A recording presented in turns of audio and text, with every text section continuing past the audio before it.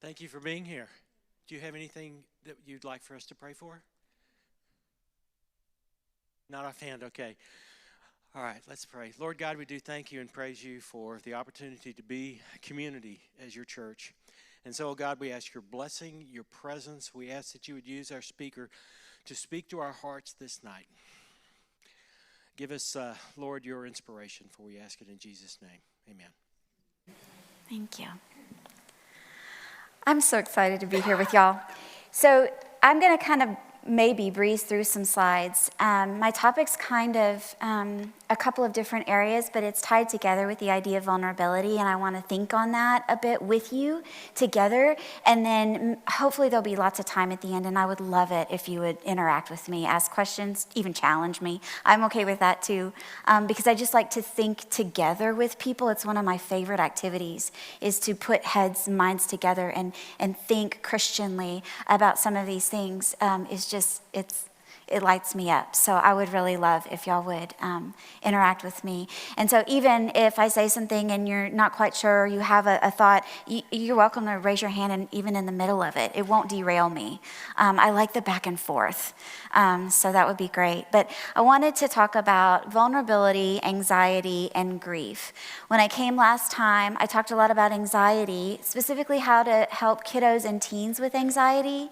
And I know that there were some great questions and some great conversation that emerged at the end of that talk. And so I wanted to revisit that a bit, but also bring in this idea of grief. Not just grief when a loved one dies, because I think there's going to be more teaching on that specifically, but grief for losses that we don't always recognize as losses. And how do we help people who may be grieving because of a loss that isn't as obvious as the death of a loved one? So maybe talk a little bit about that and hear what you all think about that as well. So I have a clicker, so I'm going to dive in. Oh yeah, that's me. By the way, I'll go back. I'm an assistant professor at Colorado Christian University, which means that I get to spend my days talking with master's students about how to think Christianly about this idea of mental health and how to help in a field that is increasingly anti what the Bible teaches. How do we image God well when we, as licensed professionals, are prohibited from imposing our viewpoints on our clients?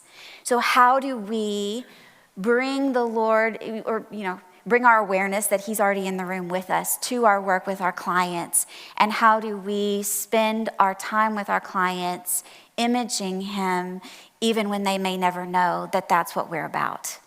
So that's what I get to do with my days, and it's really, really fun to get to do that. So I love my job very much. Didn't mean to breeze past it. I'm very grateful to get to do that. It's one of those, if you get a job where you just shake your head and say, I can't believe I get paid to do this, that's how you know it's the best job ever for you. I still get shocked sometimes that I get to do that for a living. Talking a little bit about vulnerability, and vulnerability is a really interesting idea because there are different connotations to vulnerability, and I want to touch on a couple of them. So does anybody know who Brene Brown is? I talk about her a lot. She's a researcher and a speaker and an author. She's at the University of Houston, right down the road from us, and she has a whole team of students who are researching things. And the way that she researches is she comes up with these really interesting questions like, what is trust? Or what makes a trustworthy person? Or what is hope? And then she gets to pull in lots of people, and her research team interviews all these people who've had experiences with that particular construct, and then kind of come up with sort of a working definition, or it's this collection of things. And she talks a lot about courage and vulnerability. That's kind of the foundation of her work. So she talks about the vulnerability, the good, the bad, and the ugly.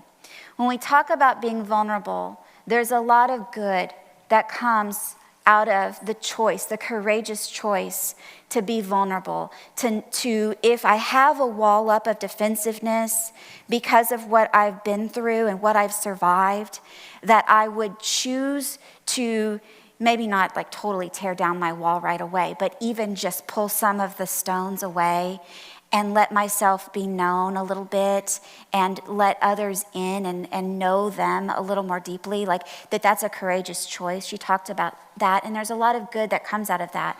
She says that vulnerability is the center of courage. It's the center of empathy, right? Because if I'm not willing to be vulnerable and feel with you and put myself in your shoes and think as you, if I have that defensive wall up and I protect myself and I don't do that, I can't empathize with you. She says it's the center of trust, right? Because I can trust in my wall to keep me safe.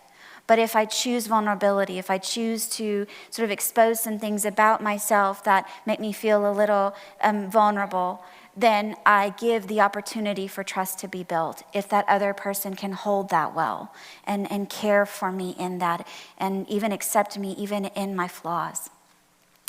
She says vulnerability is the center of innovation. Because if we always do what we know, we'll always get what we got. But if I'm vulnerable enough to take a risk and try something a little differently, then that's where some really interesting innovation starts to occur. Creativity. Vulnerability is the center of accountability. Accountability is this really courageous choice where before I'm busted for what I did, I actually choose to go to that person even before they even know that I've done something, and I confess this is what I did, and I think it might have hurt you, and I'm sorry, and this is how I plan to make amends to you. I know maybe I can't make it up to you totally. That courageous choice to be honest, even before we're caught, is vulnerable because we risk rejection. But actually, it's a sign, accountability is a really good sign of a trustworthy person. You know, I would always want to be in relationship if I could choose with people who demonstrate accountability. Adaptability. There's a lot of research coming out now that one of the signs of mental health, of wellness, is this idea of cognitive flexibility. That I'm not rigid, that I can move and adapt my emotions, my thoughts, that because there's this idea that, well, rigidity is a trauma response. So if I'm rigid in an area, if I'm unmoving in a lot of areas, it's partially maybe because there's unhealed wounds that I carry. But this idea that as I move toward healing, I will also move toward flexibility. So I'll be able to have the courage to go into situations that maybe I wouldn't have. Maybe I would look more and more like Jesus, who sat with lots of different kinds of people and, empathized with them and that kind of thing. That I believe as a Christian, that as I move toward mental health, it will be sanctification. I will look more and more like Jesus. And so that idea of being able to cognitively flex in the here and now comes from vulnerability. Let's see. Hard conversations. That makes sense, right? Feedback, openness to feedback, and even the courage to give real feedback in a society that says be polite and overlook your brother, and sister when they're struggling. Just sort of pretend that that's not happening and don't say anything. Problem solving, and ethical decision making. So there's a lot of good that comes out of the courageous choice to be vulnerable, to be honest and open up a little bit about some of my flaws, some of the places in me that God is working on, but that are in progress, that are not healed. You ever heard people give testimonies and it's all about what God has done in the past, and it's never this ongoing in the moment, here's what God is doing in my life right now? Because in a way it feels safer to talk about the shame and sin that had its grip on me in the past, and not about what God is working out in me now, that I'm a work in progress. And vulnerability is what it would take, the courage to be vulnerable, to give a testimony that includes what God is doing in my life right now, what he's healing, how he's stretching and growing me now, the places that I'm falling short that he's filling in. But vulnerability also has some bad. All of us probably have had the experience of, I said something, I was my true, honest, authentic self, and I experienced rejection for it, and it hurt, and I experienced shame. Vulnerability can be the source of shame, scarcity, fear, because it's very painful to be rejected. We need people. It is not good for man to be alone. It is really not good. And rejection shakes that up in us, that fear of, I'll be alone. If they truly knew, if they really knew me, if they really knew what was going on inside of me. Anxiety and uncertainty. So we'll talk about anxiety in a bit, but I think anxiety relates a lot to vulnerability. Grief. And I mean, that makes sense, right? I'll talk about this a little bit more later, but to love is a vulnerable choice, because who I love and what I love could be taken away, and that hurts a lot. And so vulnerability, we're vulnerable to losing things and people that we love. So it opens us up to grief and disappointment, which makes sense, right? Vulnerability is the source of all those things, really. So here's the ugly. She says, and I was telling Lindy, my eyes aren't what they used to be. Our bodies neurobiologically experience joy, which we would think of as a great thing. One of the fruit of the Spirit, love, joy, right? Joy is listed second in the list. Experience joy as vulnerability and threat. Why? Because in that moment when we truly feel filled up with love or filled up with joy, in a heartbeat we realize that could be taken away. The bigger the joy, the bigger the possible disappointment. And we quiver. We quiver at that. She talks about going into her child's room and looking down at this sleeping kid and just feeling so flooded with love for them. And then in the next moment realizing how vulnerable she really is. My mama said, I don't remember if I said this last time, but my mama says, I love this quote, that having a child is like having your heart walking around outside of your body. It's so true. And then they go walking themselves or driving themselves down, to other places when they go off to college. I've got one in Austin at UT, and I've got one at Sam Houston State in Huntsville. And it's like my heart is split, miles and miles away. My daughter said today, she said, we had Zoom classes because I didn't know, but there was a tornado watch. My heart's down there, and there's a tornado watch I didn't even know there was, It's vulnerable to love. It's vulnerable to care. So she says we quiver when we realize what love and joy can cost us.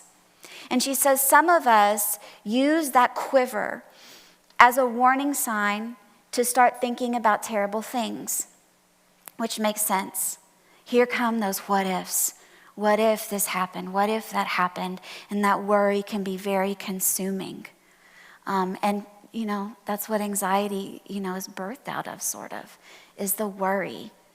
And others use that quiver as a reminder to be grateful.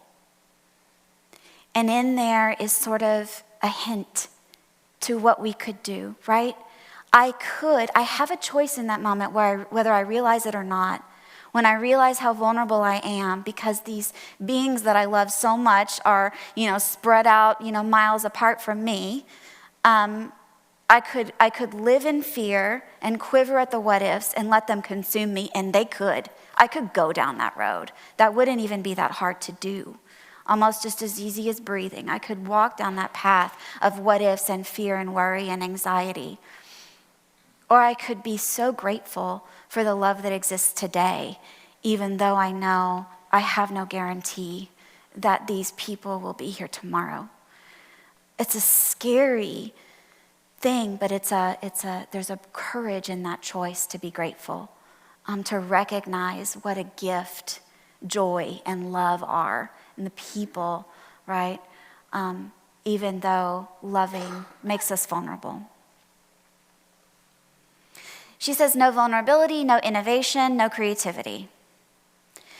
If we choose this, what feels like the safer route, which is to wall off from vulnerability, not feel. I had a student today talk about, she said there's a U diagram now. I don't know who this is, and I'm not citing this person, okay, but it's a really fascinating concept.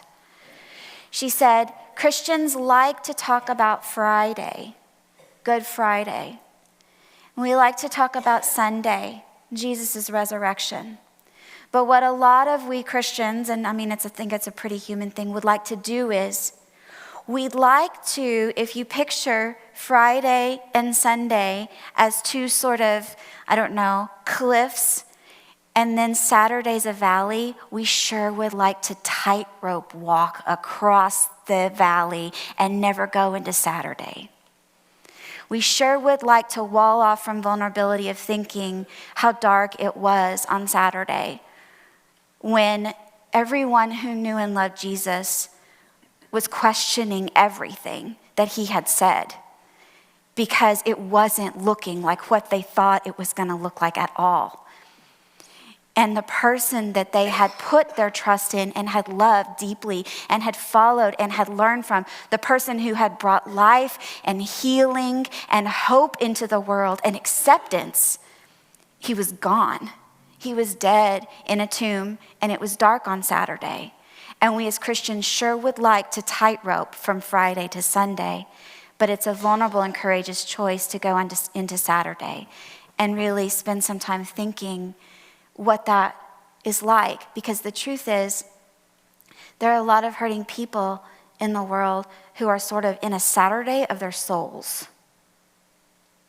And if we can courageously and vulnerably sit with them and be with them and feel with them, Sunday's coming.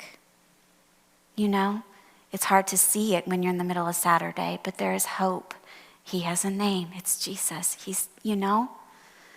And so I just think it's a vulnerable choice to not wall off and tightrope walk across Saturday. Running leap from Friday to Sunday. But to be with and feel with and admit that vulnerably there are Saturday places in me that God is working on healing. Even as I trust with all my being that Sunday is coming. Sunday ain't coming because of any good in me. Sunday is coming because there is one who is trustworthy, who always will bring. He will bring good. A little bit about trauma. Trauma is kind of my jam. I love learning about trauma. Brené Brown says the greatest casualty of trauma is vulnerability, and it makes total sense. When I am wounded and I couldn't fight my way free, I couldn't run away from it, and it overwhelmed me, and it hurt so bad, and I couldn't stop it. Then in order to keep on surviving in the world, it makes total sense to build up a wall of protection around myself and armor up and walk out into that world totally, with some kind of padded suit so nothing gets in and nothing gets out. And, it's that idea of fool me once, shame on me, or fool me once, shame on you, fool me twice, shame on me. I'll never again, right? I'll never again let that happen. But that vow of never again, it kind of prevents vulnerability, because these vows we make, man, I don't know. Okay. How many of you have eaten the words of a vow that I will never again, fill in the blank, I will never. Yeah, I know I have. And honestly, it's the times when I eat my words, I learn a lot. I learn about God's faithfulness, that things don't turn out the way I think they would, that there's not the guarantees I thought there would be, right? I thought if I did this right and this right and this right and this right, nothing could hurt me. And that didn't turn out to be true at all. That turned out to be a very silly expectation, actually. I can't protect myself from pain by doing everything the right way. It doesn't mean that it's not helpful or good to try to do it the right way. It just means that that doesn't protect you. You know how I know? Jesus did everything the right way, and it didn't protect him from being falsely accused, shamed, and killed on a cross. So doing the right thing is a good thing, but it's not going to protect us. We're vulnerable. The sin has broken the world, and we're vulnerable. She says, for children, especially in lower school through about 5th grade, shame is literally the threat of being unlovable. Neurobiologically, in lower school, shame is experienced as trauma because when you're not lovable and you're dependent on safety, nurturing, food, and shelter, and you're not lovable, then that's a threat to your very survival. So we kind of broaden the definition of trauma to include that which, to even a child's mind, shakes them to their very core of maybe I won't get even my needs met if there's something bad or wrong with me and I'm not lovable. So shame is a very traumatic experience, and I think none of us survives childhood and adolescence without experiencing shame at some point, maybe. I know you couldn't pay me enough to go back and be a 7th grade girl. No way. I would rather give up millions than go back and be. Now, what I know now, I could do it. But the pain of feeling like everyone's looking at me, judging me, and it never even occurred to me that every girl was thinking that, and they didn't have time to judge me much because they were, thinking everybody was judging them. But yeah, shame is painful, maybe even traumatic. So there's a different connotation, though, to vulnerability, too. And this connotation is the idea of when I experience hard things, what makes me vulnerable to developing some sort of problem that I can't solve on my own? What are the factors that if I experience something difficult, and none of us goes through life without experiencing difficult things, what are the factors that predict that it's going to derail me and maybe cause me to end up maybe even with a diagnosable mental illness, where someone else, if these factors look differently for them, could experience a similar painful event, but it doesn't impact them the same way. And what people are looking at now is this idea of a triple vulnerability theory, that if you have these 3 things and how they work together may predict whether you're going to actually develop a problem. So there's a generalized biological vulnerability, and that's what I inherited. So that's what I was born with. Temperament, DNA, and which we now know can be impacted by wounds that are unhealed in our ancestors, impact our DNA. That's epigenetics. It's a fascinating field, epigenetics. I really like that. How unhealed wounds in one generation transmit through our DNA to subsequent generations, and how that gets expressed is fascinating. But so there's this genetic predisposition to be more vulnerable, to struggling we're all going to struggle, but to fail and find it very difficult to keep going. There's a generalized psychological vulnerability, and this is sort of our early life experiences, particularly unpredictable negative experiences. And trauma is a part of that. But then there's also a specific psychological vulnerability, and this is a little different. They look almost the same, but it's a little different because this is early learning experiences with heightened threat. That's definitely trauma. There's not much that'll teach us and really stick in our brains like trauma. A lot of people, when we talk about traumatic experiences that they've survived, there's such crystal clarity to the memory of that event. It's like the learning went into hyperdrive. And I could ask them what they ate last week, which was much more recent, and they couldn't tell me. But I could ask them, what was it like when that happened 20 years ago? And they could tell me not only in general what happened and who was there, they could tell me very specific information. What it smelled like, what the room layout was. what the looks on people's faces are, that kind of thing. Of course, the other thing that happens in trauma sometimes is out of a protective mechanism, there's a dissociation. So then it can go the extreme on the other side. And instead of remembering all these details that I wish I could forget, now I can't remember it at all.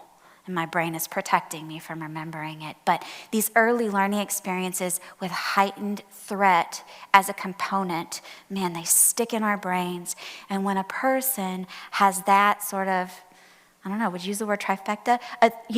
Triple threat. When they experience that collection of things that's really negative, then they will be much more likely to develop mood disorders like anxiety and depression. So that's part of the answer to why can an entire group of people go through the same experience and some come out on the other side and they sort of, it's hard. It's not that it's not hard, it's stressful, it's painful, but they can emerge on the other side pretty much the same as they were before. That's called resiliency. See, they bounce back to their previous level of functioning. Why is it that some people are resilient, can do that, and other people are going to struggle for a lot longer and have more problems with it, maybe for a month? There's symptoms there, but then eventually through support and sleep and all kinds of factors that go into healing, they can sort of emerge on the other side. And then some people are going to end up after a stressful or traumatic event with like full-blown PTSD that can hang on for years. And the nightmares and the flashbacks and the living in a like hypervigilant state in your body, just always just on edge, and it doesn't leave. Why? Why do some people do that? And I think this is part of the answer.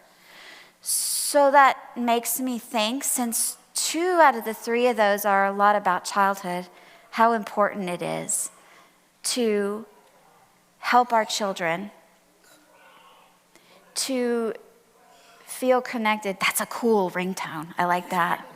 It's fierce. To help our children, and counselors aren't enough. We're just not. There's not enough of us. We need an entire group of people, the church, who is learning how to help parents help their kids.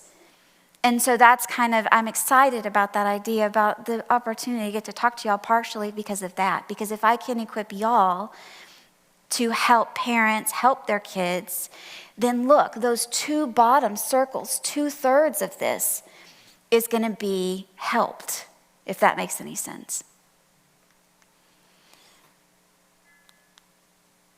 So let's talk a little bit about anxiety.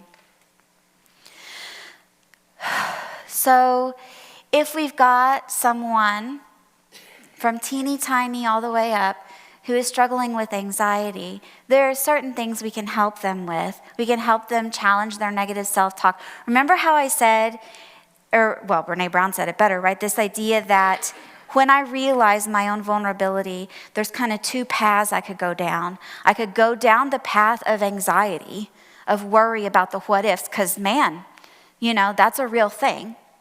Or I could go down the path of gratitude, grateful for the love that does exist, grateful for the joy that is felt in the moment, grateful that this person's even in the world, right? Like for me with my kids.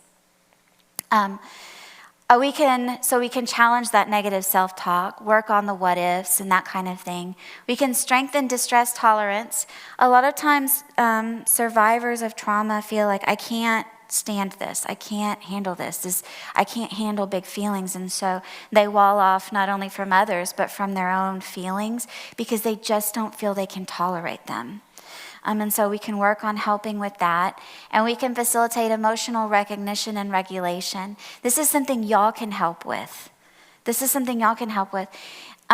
If you see somebody who's having a feeling, and I'm just talking about negative ones that we call negative feelings, right? I'm not just talking about they're angry or whatever. I'm talking about even if they're really excited or they're peaceful, they're feeling peaceful or whatever, to even speak that out to them, There's something really powerful in that, recognizing and naming emotions. And a lot of people, not just in the church, right? But we're taught from a young age to distance from our feelings. And after a while of not feeling them, walling off from our feelings, we don't even know what they are anymore. It can get to that place, so that I have clients who, I say, tell me what you're feeling right now in this moment. I don't know. What do you notice in your body? I don't know. Because they've so distanced from it, because they've gotten used to not feeling, but that's a defensive strategy. It's vulnerable to feel, right? It feels safer somehow to not feel, to turn that off. Here's an acronym.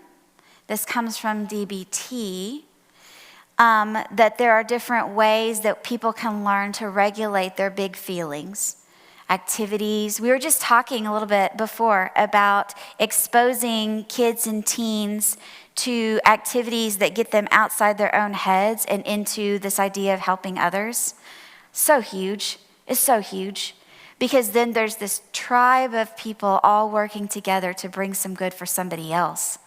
And I think we were talking earlier about how it's been kind of lost. There's been this insulating thing of like turning in on ourselves and this idea that it's kind of all about me, and I don't expose myself to other people and to their struggles, and I don't move toward to help.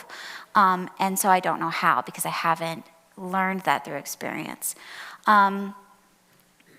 Comparisons. So this idea of gratitude, there's a part of that that's like, it's hard right now to feel anxious, but it would be worse if I didn't have this person at all, right? I may fear for their safety, but I'm so grateful that they exist, right? So there's this comparison piece to put things in perspective rightly. Emotions, so noticing them, naming them. Our emotions tell us about what we want and need, and we ignore them at our peril. Truly, truly. They don't tell us what we should do exactly, but they tell us about what we want and need. When I was in college, I was studying to be an English teacher. My mom was an English teacher. It was pretty unimaginative looking back that that's what I was going to do, but I didn't know. I was 18 years old. So I was studying to be an English teacher, but for my education classes, I had to take 3 psychology classes. I had to take Intro to Psych, and then I had to take Developmental Psych, so that, because those were prereqs for educational psych, right? I loved those psych classes. I had the best time. This was back in the 90s. I'm 45. I loved them so much. And there were students in those classes that were actually like working with monkeys and with the professors, like they were studying and doing research, and they were going to become psychologists. And I was like so envious of those students. I can't even tell you. But nobody had helped me realize that the thing that I envied maybe was something that I would like in my life too. It never occurred to me. So I became an English teacher. Hated it. Stayed at home with my kids for a bunch of years, went through some trauma, went to a counselor who helped me heal, multiple counselors actually who helped me heal. And then one day, my pastor, I may have told y'all this last time, my pastor kept sending me women who'd been through a similar trauma, betrayal trauma to what I'd been through. And I kept feeling like, I'm not helping. I can't help them. I feel inadequate and ill-equipped. So I told my pastor, I think maybe I should be a counselor. And he said to me, yeah, it took you long enough to figure that out. So then I said, I don't know what to do. I don't know where to go. It's been forever since I've been in school. I don't want to take the GRE. I was terrified of the GRE. And he said, well, I know where you could go. Some of the counselors that our church works with went to DTS. So then I went to DTS. It was the only school I ever even applied to. Yeah. So I happened upon that later, but if I'd have known, if somebody had helped me realize the jealousy that I was feeling should have motivated me to take action back then. I mean, God works everything out perfectly, and I think I'm a better helper because of what I went through in that in-between. But it's just interesting, right? If I have a friend who has a wonderful relationship with her husband, then I could sit in envy and wish I was her, or I could do some thinking about what do I really value about their relationship, what qualities the husband has, what qualities the relationship has. And I could use that as a guide when I'm looking for someone to be with. And I could take action if that person doesn't have those characteristics. So it's not like I let envy drive me to try to get her husband, right? That's dangerous and sinful. But I'm saying like, our feelings tell us things. We ignore them at our peril, you know? And so I think it's really important, not that we are slaves to our emotions, we're not, but we let them give us interesting information and we think it through and figure it out. And then if we have the courage, we take action. So pushing away is an interesting one because it's about emotional regulation. I can have big feelings and they will come and they will go. That's what feelings do. No feeling is final. It takes a lot of energy in our bodies to feel a feeling. It doesn't last long. Big feelings don't last long. But if we glom onto them and become them, that's a different thing. So I can realize that I have power over my feelings. I can breathe into them and try to understand them. I can also allow them to sit over here and let them flow in and out. They're not in charge of me. They give me good information, but they're not in charge of me. And then thoughts and sensations. I can work with the thoughts. I can work with what's happening in my body. So there's a lot of good ways to work with anxiety. So this guy here, I don't even know how to say his name. Do you guys know, is it Sindak? The wild things he wrote? Yeah. Where the wild things are? Yeah, I love that. He had an award acceptance speech, and he said kind of some of the same things that I said last time, so I want to share with you. He said, certainly we want to protect our children from new and painful experiences that are beyond their emotional comprehension and that intensify anxiety. And to a point, we can prevent premature exposure to such experiences. That is obvious. So remember that circle, like a 3 Venn diagram, and the bottom 2, and especially that bottom right one is about sort of heightened emotion and overwhelming. We can protect our children from a lot of things that would overwhelm their systems. And that would be really helpful because it would actually change their vulnerability to developing like problematic, disorders down the road when they experience difficulty. So it's helpful to think about what is overwhelming for a child versus what is stressful. Because he says, but what is just as obvious and what is too often overlooked is the fact that from their earliest years, children live on familiar terms with disrupting emotions. That fear and anxiety are an intrinsic part of their everyday lives, that they continually cope with frustration as best they can. So we want to protect them from things that would absolutely overwhelm and damage them. But we don't want to protect them from all struggle. See the difference? It is the best means they have for taming the wild things. It is my involvement with this inescapable fact of childhood, the awful vulnerability of children, and their struggle to make themselves king of all wild things that gives my work whatever truth and passion it may have. This idea of overcoming, this embodied experience of I can do hard things, we can actually prevent children from reaching that if we never let them struggle. Overwhelm, bad. Struggle, healthy, good, normal, will strengthen them. Briefly about grief. They just did a new iteration of the DSM, the Diagnostic and Statistical Manual, in which they changed basically nothing, which is a moneymaker. Except one thing, they added one new disorder. The new disorder in the DSM-5-TR is a prolonged grief disorder.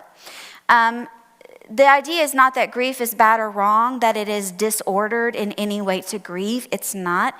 The idea is just like that 3 circles predicts whether some people will bounce back and some people will struggle for a while and overcome, and some people will get sort of drowned in the struggle. That some people will grieve and move through that to the other side.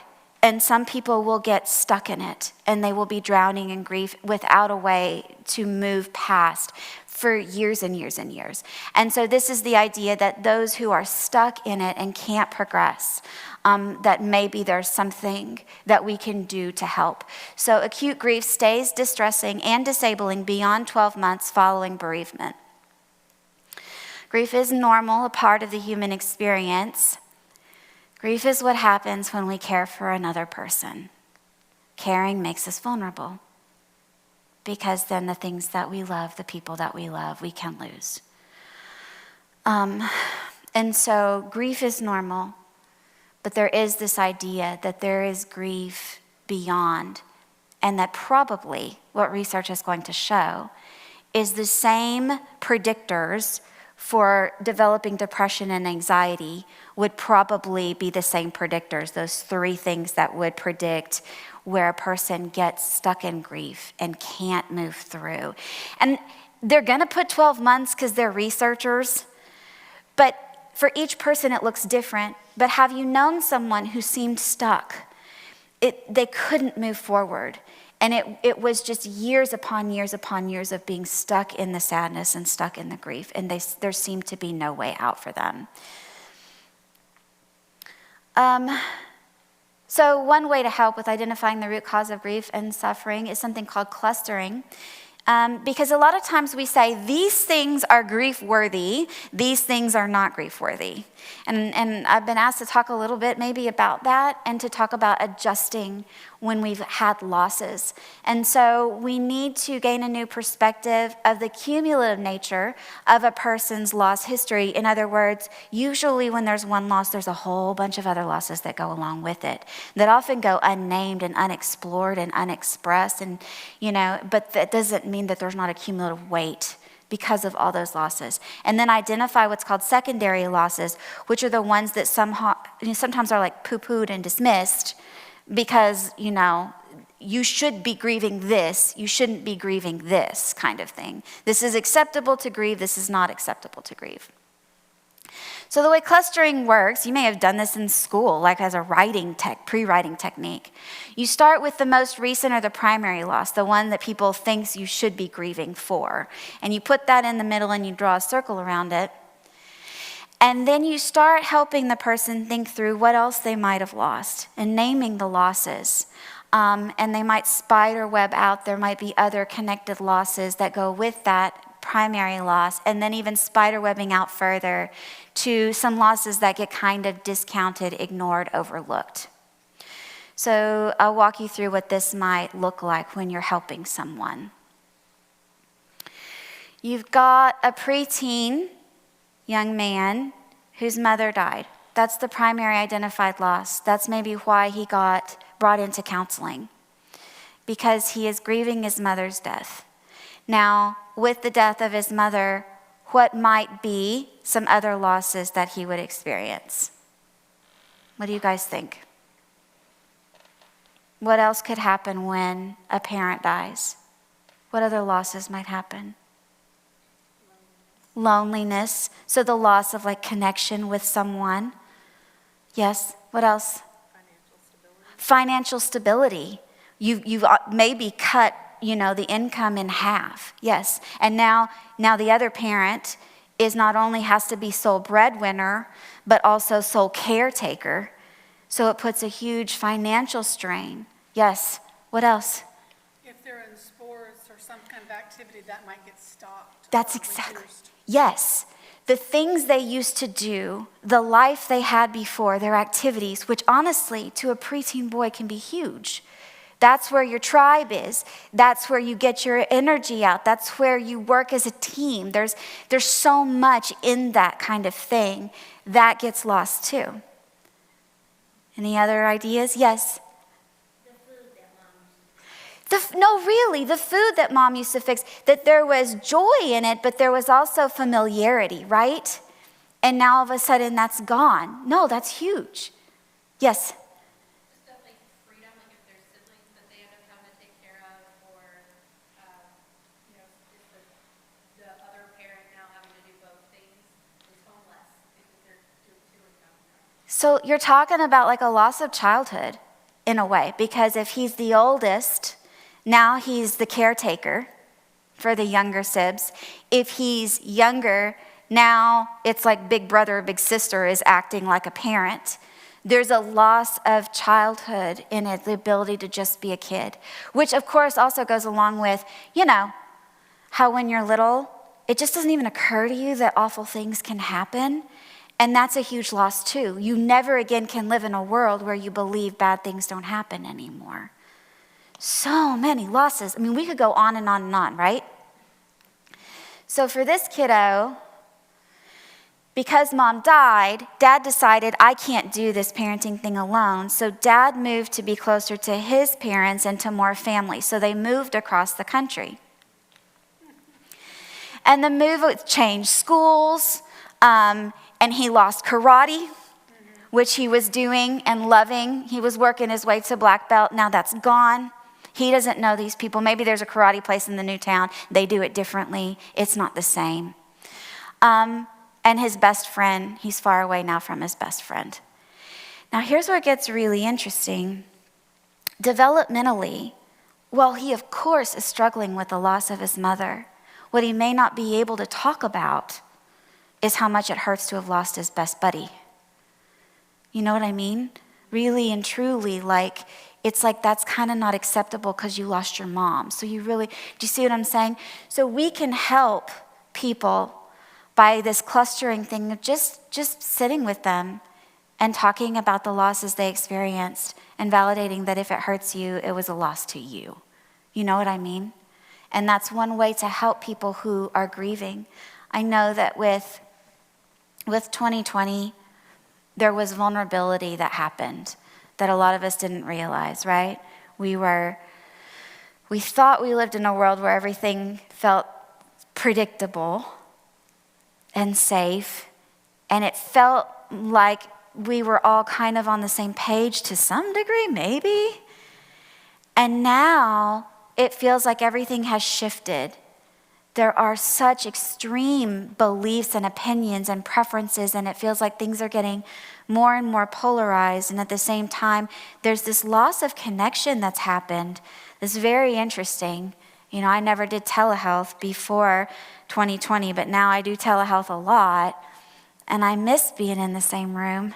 I teach in a fully online program. 2 weeks out of the year, I get to actually go to Lakewood, Colorado, and be in the same room with my students, and there's an energy there that I just love, and I miss that.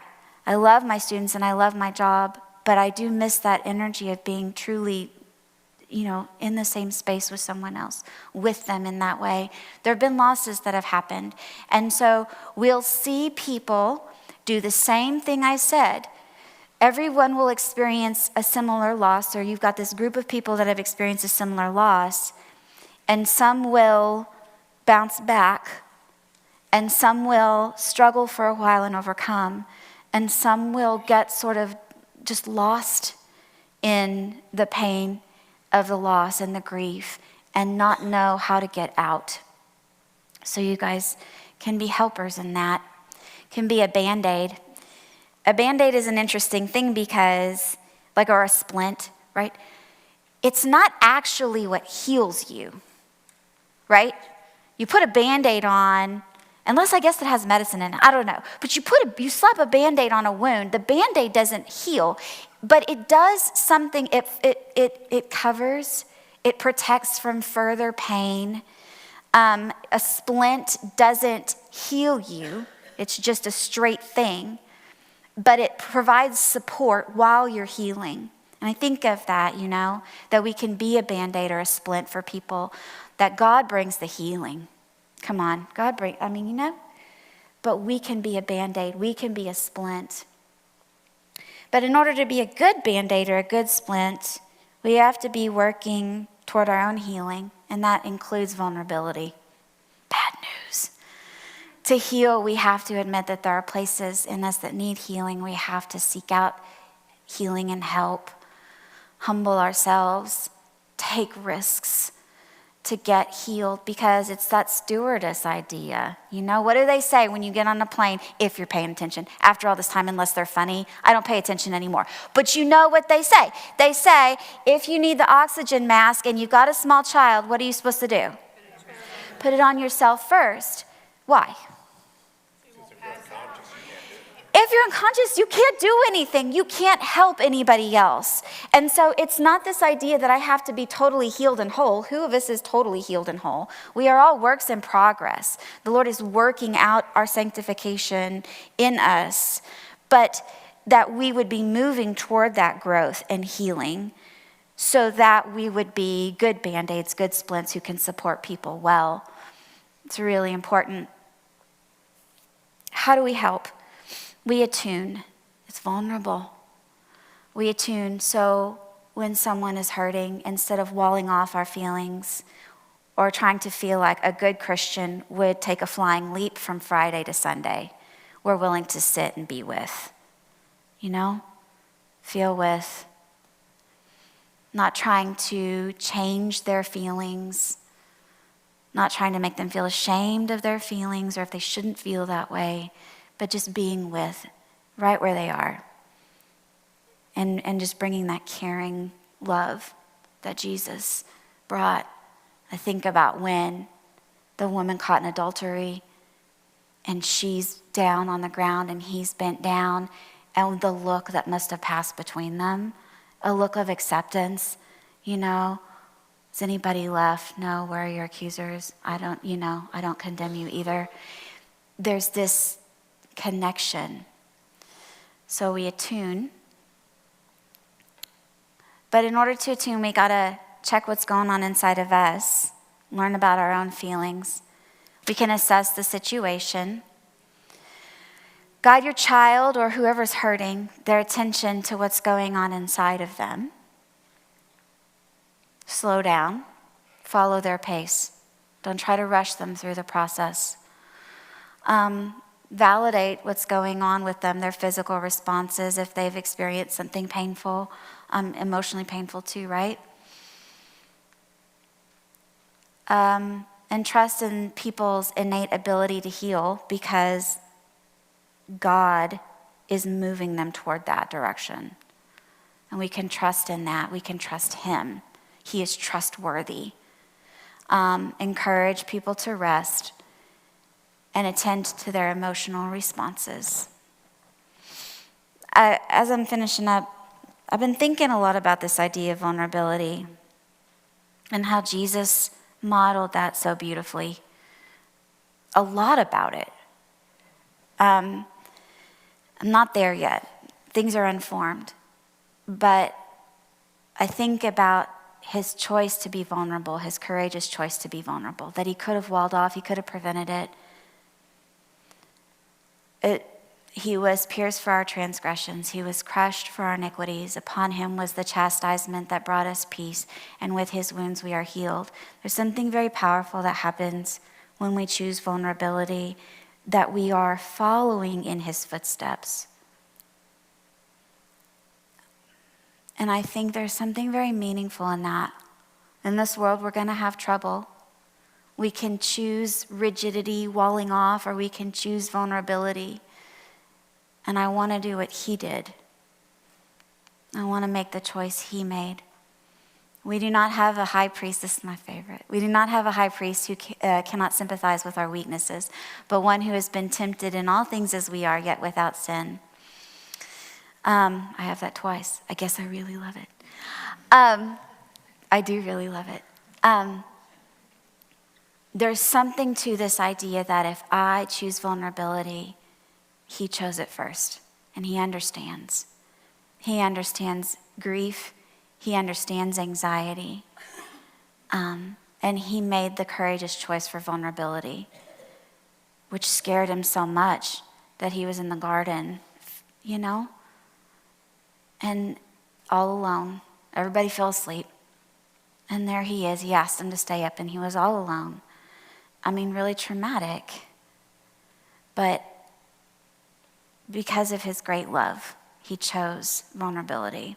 And so I think there's really something to that. I'm still noodling on it, but I think there's really something to that. And I want to be like that. I want to courageously choose to be vulnerable. I want to follow in his footsteps in that. So that's kind of where I am on that so far. There's a commentary that said, these words show the nature and the limits of this sympathy of Christ. He suffers with his people, not merely showing compassion to those who are suffering and tempted, but taking to himself a joint feeling of their weaknesses. He can do this because he has passed through trial. He himself has been tempted. So there's this idea that he probably could have shown compassion even without allowing himself to actually feel and understand from experience what it was like, but he made the courageous and vulnerable choice to actually experience it. Like, who does that? What kind of love is that? You know, that someone would choose that. It's just, it floors me. So, all right, that's all I'm thinking about right now. Oh, thank you. How are we doing on time, Lindy? I don't ever pay attention to time. We're good. We have some time for some questions and thoughts. I don't know if y'all have any, but I'm here for it if you do.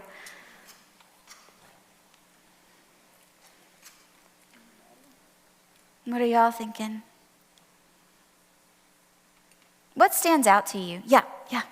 Just, like my husband and I have talked a lot. He had some fairly traumatic experiences in childhood. Yes. And so we spent the first 35 years of our marriage with him wall, Yes. Let me put the walls up to protect myself. Yes. We couldn't have a lot of open discussion, even though he's a wonderfully spiritual guy. And, Yes. vulnerable in sharing experiences with other people, but when it came to personal safety, the walls have always been high. Yes. And so how can I help him to feel safe enough to take those walls down brick by brick? That's such a great question. How do we help someone who understandably has built up a wall? How do we help them sense safety so that they can, if they want, choose to take it down brick by brick? I'm sure that over the past decades of being together, you have done this already, but this is the first thought that comes to mind, so I want to share it with the group. And that's cues of safety. We're always giving signals out, whether we realize it or not. And we can give cues of safety a lot of different ways. When we empathize, he may not even know what he's feeling. The wall might have accomplished that for him, that he doesn't even know what he's feeling. But if you see it, you can say it. So empathy is a cue of safety. Unconditional acceptance is a cue of safety. Listen, I'm not saying you unconditionally accept someone's choices or behaviors, but unconditionally accepting them. Does that make sense, the distinction between those two things? You can recognize that someone's behavior is sinful, self-destructive, other-destructive, and not accept that, but accepting them, right? So there's that piece. That's cues of safety. Anytime you can show that and embody that. There's our own ability to self-regulate, because when I'm with someone who has a wall up, if I don't breathe through it, my wall's going to go up too. Like, that's just human. And so recognizing that that happens and breathing through it, having compassion on myself and letting that wall, choosing courageously and vulnerably to not build a parallel wall, not co-wall, but to keep the wall down is a cue of safety. Giving choice is a cue of safety. This is one that we use in counseling a lot. We're always trying to, rather than leeching power away from clients, we're always trying to help them gain more power. So it's like, would you rather do this or this? We could do this, but we don't have to, that kind of thing. So there are lots of ways to cue safety. But to be honest with you, I could cue safety all day long, and a person their defensive wall may be so strong that they can't even see the cues I'm giving them because the wall's so high. Right? If there's strong relationship and there's trust built, I think you can talk to them about it and see what they know so far. I'm always interested what people know so far. I love you so much. Feels like there's a wall. I understand where it came from, and how could you not have it? Obviously, of course you're going to have a wall. But it's like part of you is missing from me, and I wonder what you know about the wall, and I wonder if you've ever thought about what it would be like to take some of it down, or what do you think about that? And just talking, and seeing if they can think about that. Sometimes it's hard to sense when a person's ready, so you can also give choice, I'm putting that out there. You don't have to talk, you don't have to answer right away. Would you please just commit to me to think about it and ponder it a little bit and let me know when you're ready to talk about it? Cues of safety. And then ultimately releasing that choice to them, which is so hard. We can try so hard to be the most safe person for someone else that we can possibly be. And still, ultimately, it takes a lot of courage to choose differently and take some of those bricks down. And so just knowing that that's not on us if that other person chooses differently. That choice belongs to them. Does that help at all? Good, okay. That was a great question. Thank you for asking that. And a lot of the emotionally healthy series that we've been working through, we've done it like 3 times, and so he's making headway. It's like, I see the wall, Yeah. So it's really doing a lot to put some of that in practical, and ways we can talk about things. And so it's kind of all working together, what you're saying and what we're learning there too.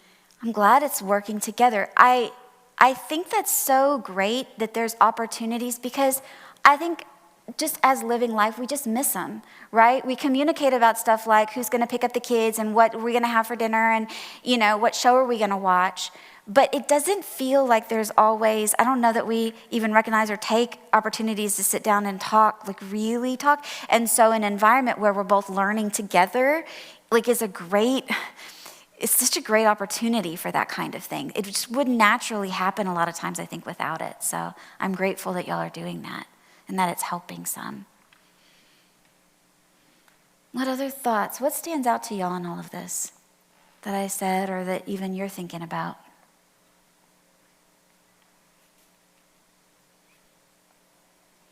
Don't let me hinder. Did you guys already know everything that I shared? Was it?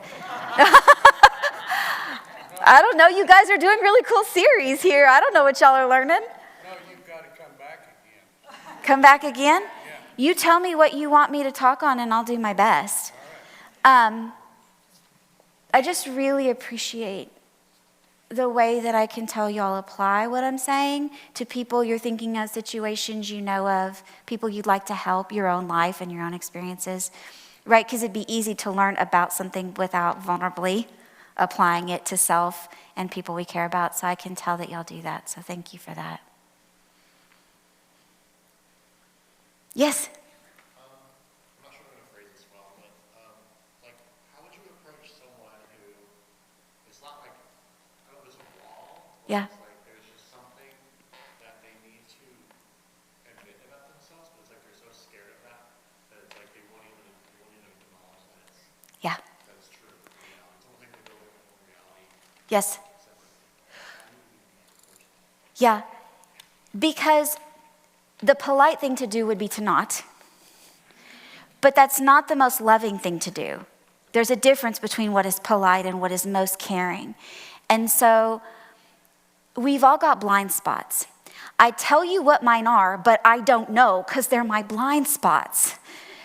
This really great counselor named Virginia Satir said, everybody's got a back, but who's ever seen their back? Other people see our back, but we don't see our back, right? I sometimes look at the back of my hair and like hold a mirror to see and I'm like, ooh, it looks bad back there. Like the front's okay, but the back's not good at all, but I didn't know, right? The most loving thing to do is to help people see their blind spots. But I think that happens best in context of caring relationship too.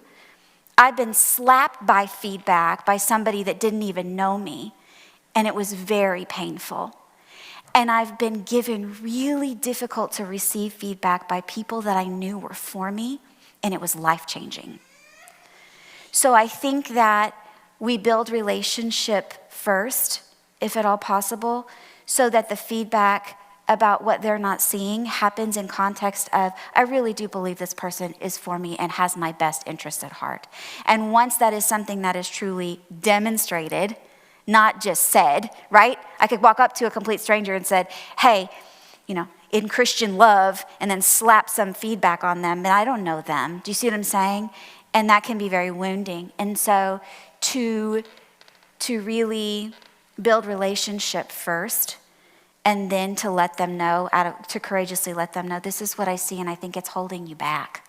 I think you maybe don't even know, but it's costing you things. And I wonder if you've ever thought about this, or what do you think? Is this just something I'm seeing, or have you ever, do you have a sense that this is happening for you at all?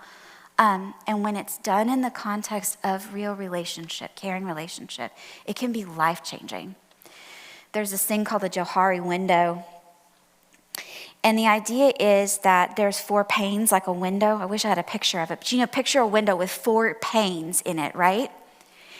And then one pane is open pane, stuff I know about me that other people knows too, right? Like, my name is Dr. Crystal Brashear, and I teach at Colorado Christian. It's my open pane. You know it, I know it, we all know it. Then there's a secret pane, stuff I know about me that I haven't found the courage yet to vulnerably share, okay? Then there's the blind pane. It's stuff other people know about me, but I don't know about me. And then the 4th pane is the potential pane. It's stuff that nobody, not me, not anybody else, only the Lord knows. The panes aren't equal size for us. If I have a bigger secret pane, my open pane is going to necessarily be smaller because the secret pane takes up so much room. All the stuff I keep hidden that I have not found the courage to vulnerably take the risk to share, it will keep my open pane very small. If my blind pane is really big, there's all this stuff that I don't know that's out of my awareness. Other people can see it, but I don't know it. It will make my potential pane very small, because the blind pane is taking up a huge chunk of my window. Does that make sense? I wish I could physically show it to you. But when we, out of love and in the context of caring relationship, share with other people blind spots that they may not be aware of, what it actually does is, if they can receive that, it opens up their potential. There's more that they could do, good in the world that they could do, that they couldn't do when there was all this blind spot stuff that was in the way, if that makes any sense. Okay. Is this on? Okay, good. Thank you so much. Yeah, thanks for having me, Lindy. Thank you. I like coming here. If you'll look around you, there are little questionnaires. We like to kind of process these programs. The discipleship team sponsored this